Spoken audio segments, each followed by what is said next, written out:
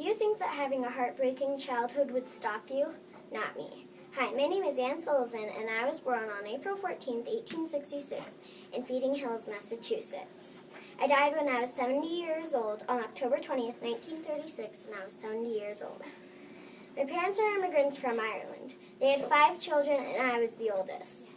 2 of my siblings died in their infancy. When I was 5 years old, I got an eye disease called trachoma.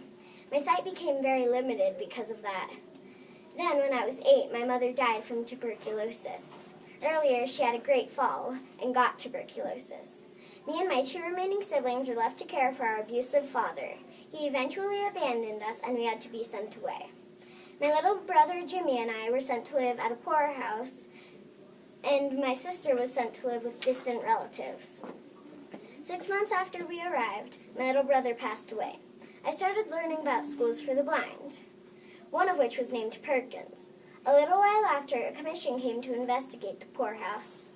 I followed them around all day, and I finally got up the nerve to talk to them about my interest in college.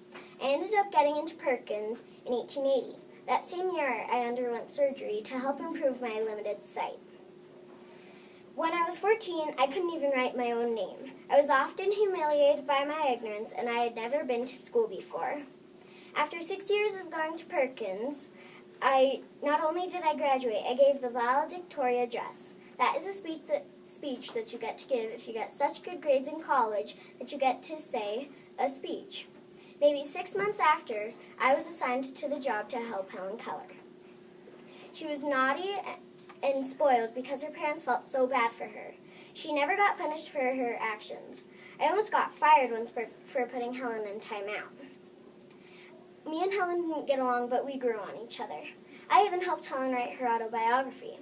My first breakthrough with Helen was when I took her to a fountain, put water on her hand, and spelled out the word water. She understood. That was a big part of my career with her. There was also a lot happening in the world during the time that I was considered a hero. One thing was the Brooklyn Bridge. It was opened in 1883 and was one of the largest suspension bridges in the world. And did you know that it took about 13 years to build? Another major thing that happened was the Statue of Liberty. It was shipped to the U.S. and placed on Liberty Island in 1885. The last and probably almost the most important was that several states were added to the Union. Some of the states were North Dakota, South Dakota, Montana, and Washington. And just so you know, I was no sweet pea. I wasn't mean, but I didn't let people slack around. I feel like I was a risk taker, I was a thinker, principled, and I was open-minded. And lastly, I have many achievements. One was being able to get into Perkins and continuing for 6 years without getting kicked out.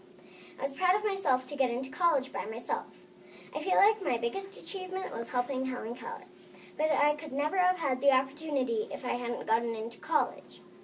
I have been called a gifted teacher, but I didn't need to work very hard for that. It came naturally, but it was not easy to come up with ways to help Helen Keller. My last achievement was getting married.